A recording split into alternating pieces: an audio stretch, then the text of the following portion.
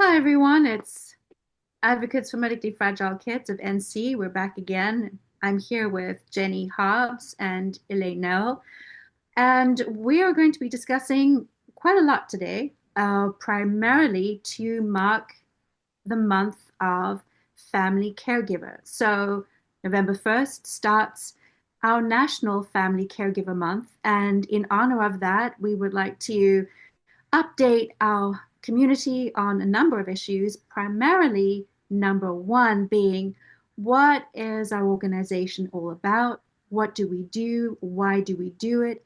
And what our coming projects are and what we're hoping to achieve. So at this point, I want to hand over to Jenny. Jenny, tell us a bit about our organization and how it came to be. How it came to be. That's kind of a funny story. So back in 2016, as had typically been the tradition, I think every 5 years, waivers like Cap C have to be renewed by the federal government from CMS. And part of that requirement is actually to have stakeholder engagement. Um, but as a parent with three kids on Cap C, and they would have been like six, yeah, like 6, 10, and 12 or something like that. I don't remember their exact ages, but life was kind of crazy. And so um, I didn't give a whole lot of thought to any of that process, didn't even realize that it was happening. But because I had taken a new role, um, in my job, I actually downloaded the entire proposed policy and read it over and had a lot of concerns about it. And of course, brand new to reading policy, I didn't really know what I was reading. But what I could tell was that there were a lot of cuts that were about to happen. And I didn't know why. I didn't know why no one had talked about this. Um, and it was very alarming. So I wrote a message that I emailed my state representative, and I happened to also post it on social media. And it kind of took off. And we were like, well, we should do something. It was like Elaine was actually like, we should start a Facebook group so we can keep all the information in one place. And I was like, okay, but I'm not doing that by myself. So you have to be in it with me. And she thankfully said yes. And so we started organizing over Facebook. We had like daily advocacy items, like tasks that we asked people to do, whether it was, call this organization or send an email to this representative or whatever. We tried to do things like everybody all at once at the same time to really kind of get people's attention. Because if they get 10 calls over 2 weeks about something, they're a lot less likely to pay attention to 10 calls in the same day about something. That definitely proved true. We thankfully got a lot of partner organizations that got in with us, and um, somehow that got us an audience with Dave Richard, who was the head of Medicaid at the time.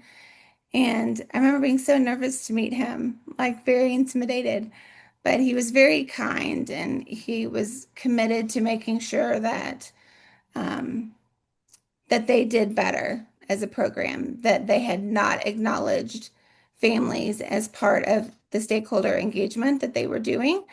And because of his background, he already had a sense of um, feeling like families are, our partners, our stakeholders. Um, that whole saying, like nothing about us without us. Um, and so Dave kind of put together a group that met for a little while. It was fairly large, but we had the media show up the first time to be like, we are serious. Like, you can't just blow us off in one little meeting. Like, we're going to hold you accountable.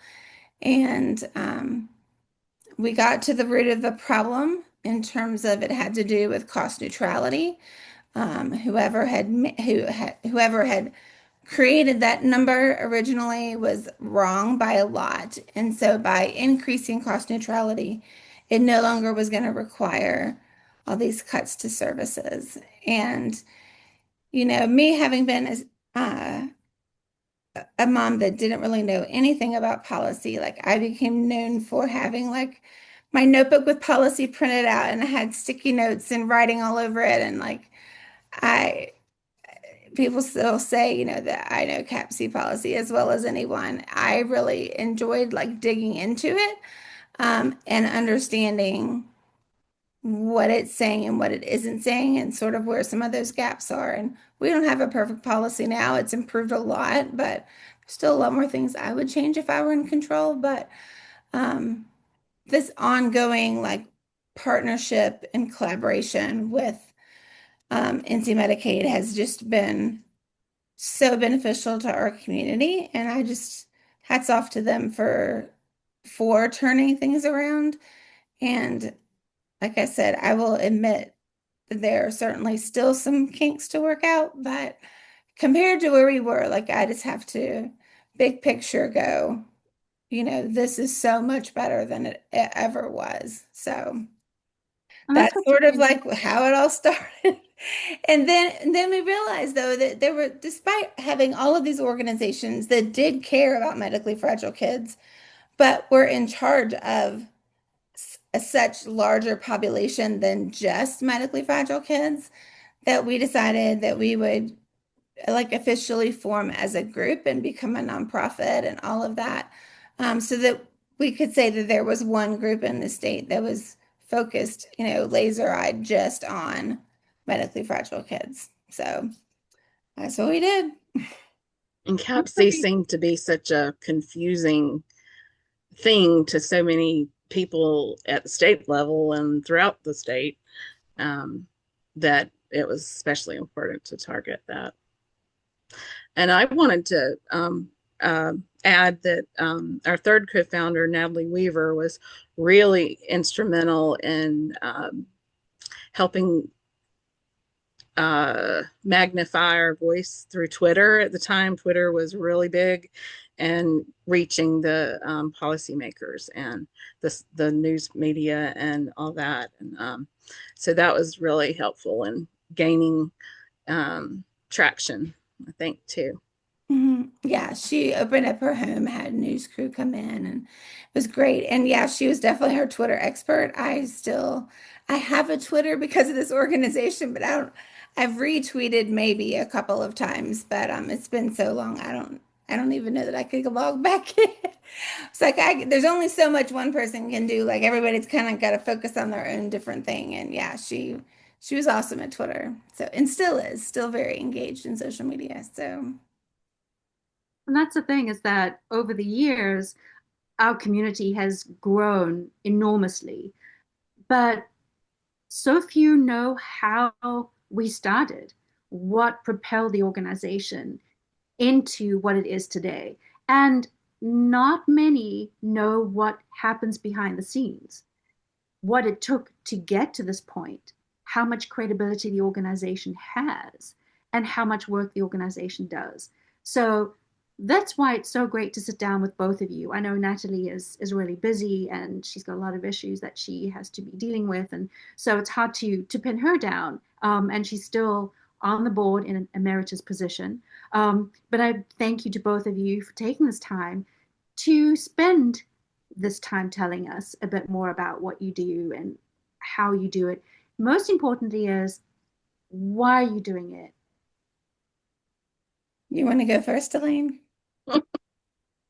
Why we're doing it? Well, it started off, um, you we saw, oh my goodness, this is going to how it was going to impact us. And then, we're like, well, if it's going to impact us, it's going to impact all these other people. And so we kind of took the ball from there and ran for it. But now I see it more as, how's it going to affect kids down the road?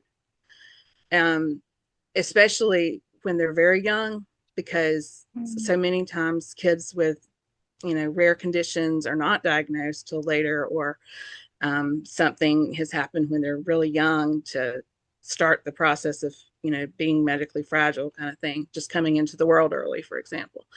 And so I feel like it's especially important for the younger ones to have the services that they and their families need.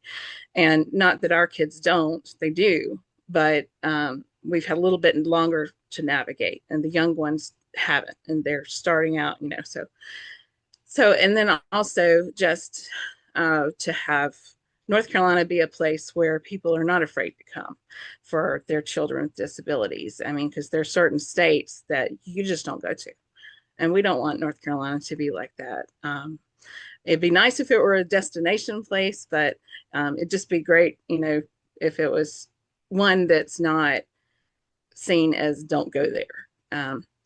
And so make our state better, and the care for our kids better, and people understand what CAPC is better, and how the process works. And Jenny's done a phenomenal job with the relationship building, especially with the state level policymakers. And that's been key on a number of occasions when we've had to step in really for pretty pressing matters. And so it's very important. And I'm very excited to be a part of an organization that values that, because I feel like we get further with that than we would if we just, attacked. So a Yeah, lot and of what you do is very collaborative. You see that relationship with the state. Even just recently, Cap C, we had an issue, and how quickly that was resolved because of the relationship that you have built with the state. yeah, for sure. It definitely helps. And back to like our why. I mean, Elaine alluded to it a little bit, but I know that she feels the same way that I do in terms of, this is deeply personal for us because we ourselves have medically fragile children. Um, and, for me, having had a medically fragile child now for 23 years, which is crazy to think about, um, I've learned so much in that amount of time that a new person that's just diagnosed, a new mom or dad, um, I just want, I don't feel like it's right for me to not pass along what I've learned. Um, just that wisdom that comes, with experience and because there were a lot of things that I wish I had known, that there wasn't that person that was there to sort of advocate on behalf of our kids before us. And so we want to kind of be the organization that we didn't even realize we needed until there was, a crisis point. Um, and as parents of medically fragile kids, like we have enough other crisis points in our life that not having the services you need or risk of losing services or something like that, we don't need to be adding crisis points to families unnecessarily. So I think a lot of it is just, that wanting to um, be there for the next generation of moms coming up. So, because Elaine's girls are getting up there in age too. They So, are. Can't believe it. And we want this organization to be solid and to continue even after Jenny and I move on to other things, because it's needed. And the only way to do that is to go into this strong and continue strong, and get other people involved, which has been really exciting to see along the way, is mhm. who's been brought into this to help and be on our board. And Yeah. Broaden and expand. Yep. mm-hmm. And in terms of all of this, when you think about it, going forward, I know that we've discussed very frequently where we want to see the organization go, where we want to expand. But before we do that, I would love for our community to know a little bit about what we do right now, because very often, and I'll be honest, sometimes it appears there's this perception that it's just a few things here and there, a bit of dabbling, understanding a little bit of policy, advising and helping families here and there, maybe with a denial, but it's way more than that. So give us a little bit of an idea of all that you actually really do. Um, I serve on several other boards. I serve on two different boards for Medicaid, the Medicaid Advisory Committee and the Advisory Council. I think that's right. They're both two fairly new committees for Medicaid, but they are replacing a previous committee that was called the Medical Care Advisory Committee. And I've also been on that for 5 years, maybe longer.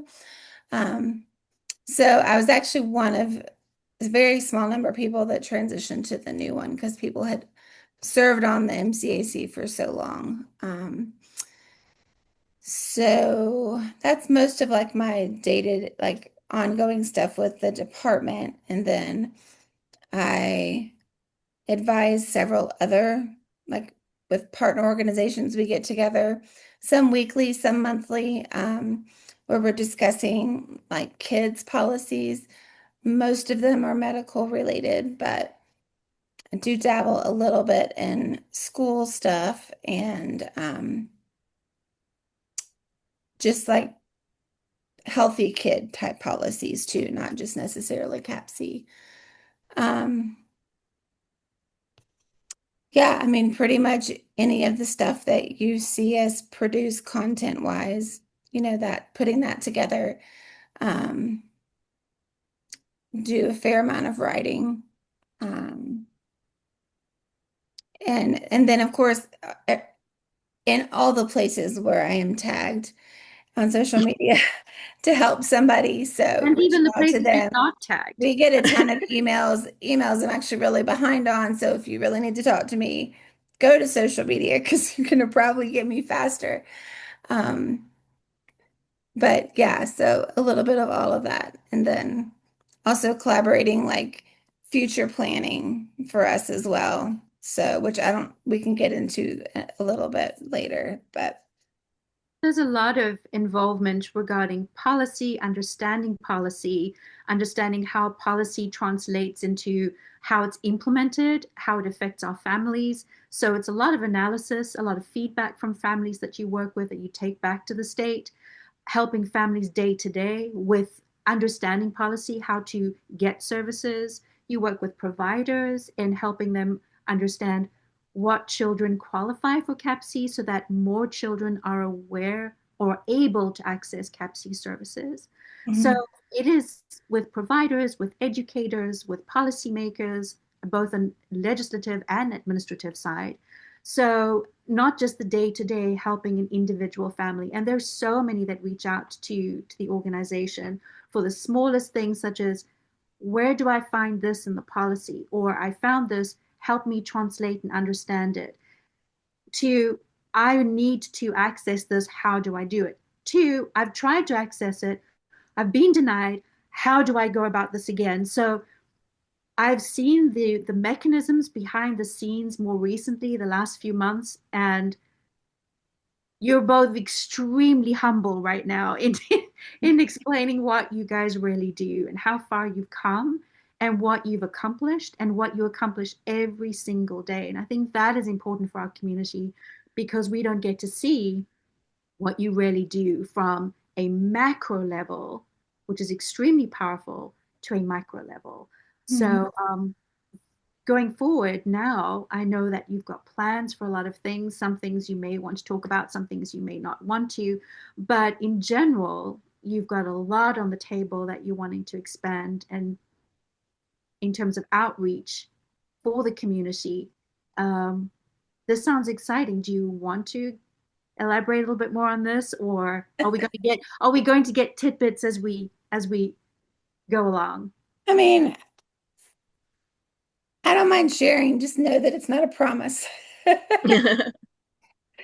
So there's lots of topics that we've talked about doing videos on. Um, just for me, it's sort of like I spent almost a year writing our new website. Um, that was like a massive undertaking, the biggest project I've ever done. Very satisfying though when it was done. Um, but there's even more like that content that I want to sort of download from my brain because, as Elaine said, as our kids get older, I already, mentioned, well, in 5 years, like I might not need to be here anymore because I won't have a kid in Cap C anymore, and the next generation will hopefully be ready to take it along. So we'll see. I'm not saying I'm leaving in 5 years, or at any point necessarily, but just wanting to make sure that nothing's lost should that ever happen. So wanting to create videos, create, additional things on the website, just places, and probably both, honestly, because some people understand better by reading and some people understand better by listening. And so trying to target all different learning styles, I think is really important.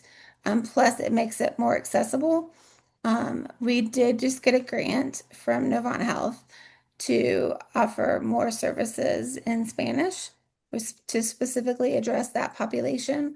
So we'll be working on a plan specifically for that. If you didn't know, our website is already accessible in Spanish, and not just Google Translate, but like a specialized program that we've gone in and made adjustments to words, with the help of Jessica Aguilar, so that it's a more correct translation than you would just get from Google Translate.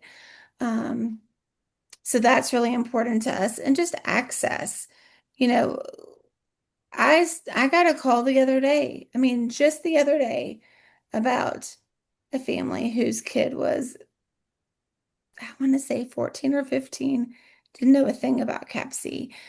And it's stories like that that really break my heart. And so if we had the funding, because there's no way I could organize this on my own, or any of us really could. Like, I feel like we would need a dedicated person that we are paying to at least organize it, coordinate it. But I really do have this dream of going into all 100 counties in North Carolina and having a meeting with, any hospital discharge planners that they might have, with their school EC program, with primary care offices, with, um, early intervention, with all of the places that should be finding kids that qualify for CAPC.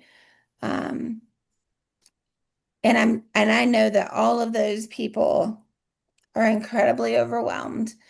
And there's a lot of when there's been changes to a policy too, because we have also, with the state, made the policy more generous in terms of who it will approve, especially for kids under 3. There's still a there's still a misconception out there that kids under 3 don't qualify for CAPC. Um, so it's having to overcome some of those preconceived ideas, not so much that, well, they never bothered to learn anything, but maybe what they were told 10 years ago is no longer the case. And so just going county by county and trying to, um, explain who does qualify for Cap C, how to go through the process, that we're here available as a resource. Um, that I know that there are kids out there. And so, if you're watching this, talk to other parents at your kids' school, talk to other parents at your kids' therapy offices or doctor's offices, or when you're in the hospital, talk to the social workers, talk to the discharge planners, see what they know about CAPC, make those connections with us. There are, I know that there are kids out there, and it breaks my heart that families are maybe not going to reach out until they're at a crisis point to try to find help. Um, no one, no one wants families at a crisis point when they're managing a medically fragile kid. Um, no one. I mean, not to get political, but no politician wants that to happen. So I think there are things that we can all agree on, and that would definitely be one of them. So making sure that policies are in place and that the education is out there, so that families get the support that they deserve.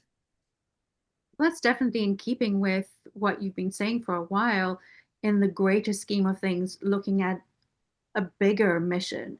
Mhm. Child, each family, one community. So Mhm. really moving into going beyond just those that have qualified for CAPC, going beyond that to those we know need to qualify, would qualify, had they the ability and the information available to them.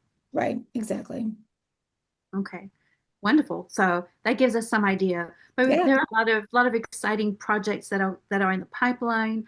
Um, and not only on a policy level, but also broadening our social engagement as a community, that emotional support, that morale that a lot of us mothers experience. So I know that we've talked about moving our media channel into being able to incorporate that as well so that there isn't this level of isolation and floundering and overwhelm, Mhm. and solidifying our community, all of us out there, bringing us closer together in that engagement, which through a media channel makes that possible, that virtual engagement, which is a little bit more powerful than just Facebook posting or Instagram reels. So I know that we're looking at that, how quickly we can get that going all depends on how much time, because all of us have got children and lives and battling with trying to stay sane, that line between sanity and sanity. So that's something that's exciting that I know that we're planning on doing. Now that brings us to always, as Jenny says, not such a great topic. And Jenny hates this topic. So so that's why we're doing this, because I'm like, come on, Jenny, we're going to do this. And Elaine's like, I'm going to be there with you. To be able to continue doing all of this and building an organization that's powerful enough to extend past any of us still being around and building a legacy that will live on takes money. So we approach that delicate and difficult topic, which is, as an organization, as a nonprofit, no one on the organization, working for the organization, working with the organization, or even as a board member receives any financial remuneration. It's all on a volunteer basis. And any financial assistance and donations or grants or money that comes to the organization goes straight into the running of the organization, the operation, as well as services go straight back out to our community. It's all used for that. And it's obvious that nothing runs on fresh air. It would be wonderful if it did. So our organization does need that financial assistance. And going through the PHE and going through Hurricane Helene, and our state has just gone through so much the last few years. Our organization has suffered as well in terms of our funds. So recently we won an award, which was huge, Mhm. 5,000 US dollars. And thank you to everyone within our community and beyond that made this possible. And thanks to Triad Kids Dental, who are the ones that Yes. awarded it. So, And to the organization, yes, that made it possible and gave us this money. We still need more. So, Jenny and Elaine, do you want to give us some information as to why we need more money and what it's going to be used for and how much more? And we're about to launch a fundraising campaign, which we'll come into and come back to in a little bit. But the floor is yours. yeah, so in the years with our basic website and no travel, we didn't really spend any money from 2020 through, I guess, 2023. It's 3 years of really not spending anything. And Natalie had done a really great job of fundraising for us in 2016 and 2017. So honestly, we've been getting by with that money. Um, Last year, I think we brought in less than $500.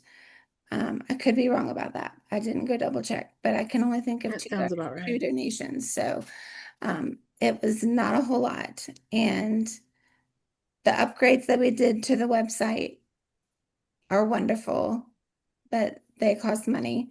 Obviously, the design was a one-time fee. But yeah, so most of it is website related, and then obviously things like YouTube. I mean, what are we doing? Zoom, our professional Zoom account, and several other accounts like that. Is pretty much where all the money goes. Very little for like printing costs or something like that. But and we haven't reimbursed any travel in a while. So I don't know if we would go back to that or not. I guess it would depend. If we're going to all 100 counties, then yes, we will need to reimburse some travel. If we're doing it virtually, which is the benefit of, coming through the public health emergency, we have wonderful resources like this and that people are familiar with using, and so we don't have to necessarily go anywhere. But um, yeah, just getting the message out through all of our different accounts. But I would say most of the cost is our website. Um, Also, the Go ahead. really cool program that we use to be able to have people write letters to the legislatures and things like that and really target them where they need to go. That is a pretty expensive program, to say the least. It's only um, used periodically, but when we use it, it's really, really needed. And we really need to get people's attention where we're sending those emails And it's a that way to get we the want message out everybody to, fast. right. So And we want, our people that are supporting our kids and our families to be able to join with us in this to get the word, whatever needs to be out there. Um, that this is hurting our kids, whatever it is at the time. yeah. And then there are other things like the certain like things that nonprofits need to have to protect their board members from liability and things like that. So there's liability policies and things that cost funds too. So that sort of the behind the scenes things. Yeah. I mean, I feel like for an organization, we definitely operate pretty lean. And having everybody volunteering their time certainly saves us a lot of money. Um, yeah, maybe down the road, having an administrative assistant or something like that is something we would consider to like be more timely about following up on emails and things like that. So, but that would mean we would need to raise even more money. So, I think right now our goal, we started in 2016, so we're heading into 2026. So 10 years of our group, which is super exciting. And so our fundraising goal is actually to raise $10,000 in honor of our upcoming 10th year. So, that would get us comfortable. 10,000, our budget is a little bit more than that, but with some other grants, I think we'll be good. And yeah, so that's where we are. So that's what we're going to end with is the fact that to run the organization, there's a certain amount of money, there's a budget that is needed. And with all that we're planning on doing going forward, even the possibility of launching a more robust podcast where there is more information, more educational discussions, where we can do deep dives, and reaching out to our community, going into the community, as Jenny was saying, even doing surveys and data collecting. There's a lot that the board has been talking about that we're planning on doing, but that's definitely going to take money. So for now, as Jenny was saying, that we're doing a very lean approach, which is $10,000. We are really wanting and needing, it's both, to raise $10,000 for our organization starting today, November the 1st, which is the kickoff for our National Family Caregiving Month, running it through November and through our giving month of December, which is the holiday season and it's a season of giving.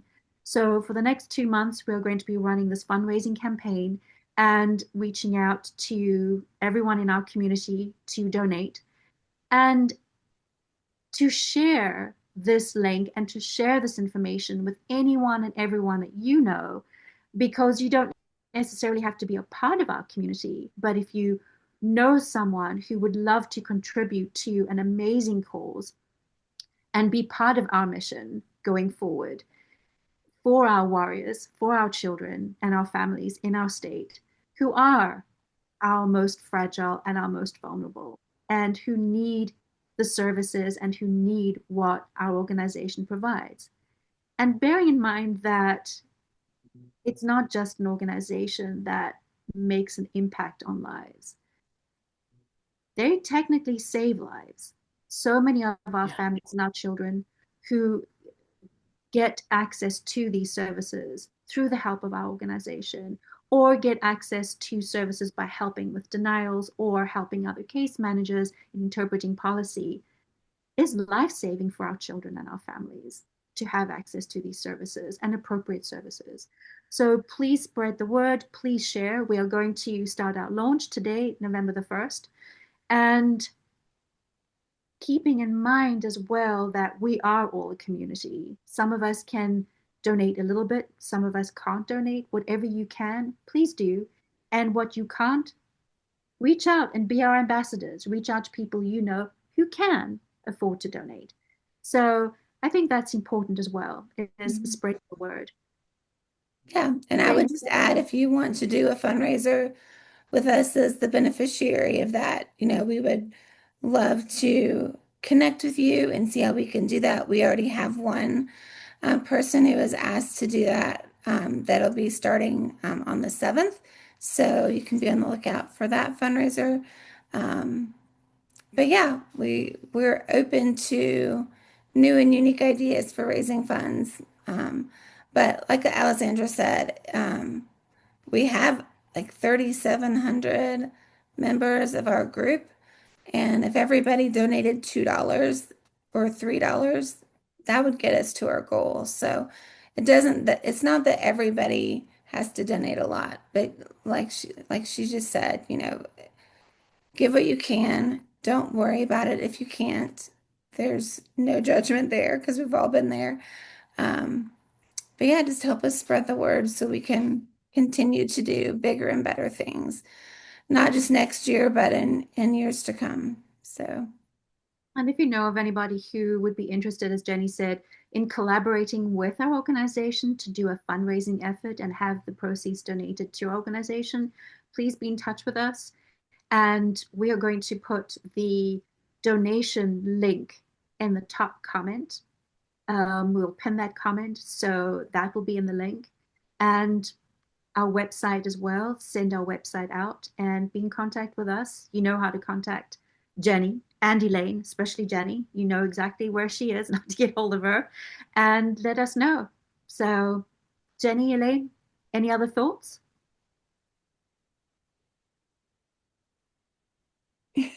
I'm excited to see where this will take us, yeah. what new opportunities we may have with better financial support.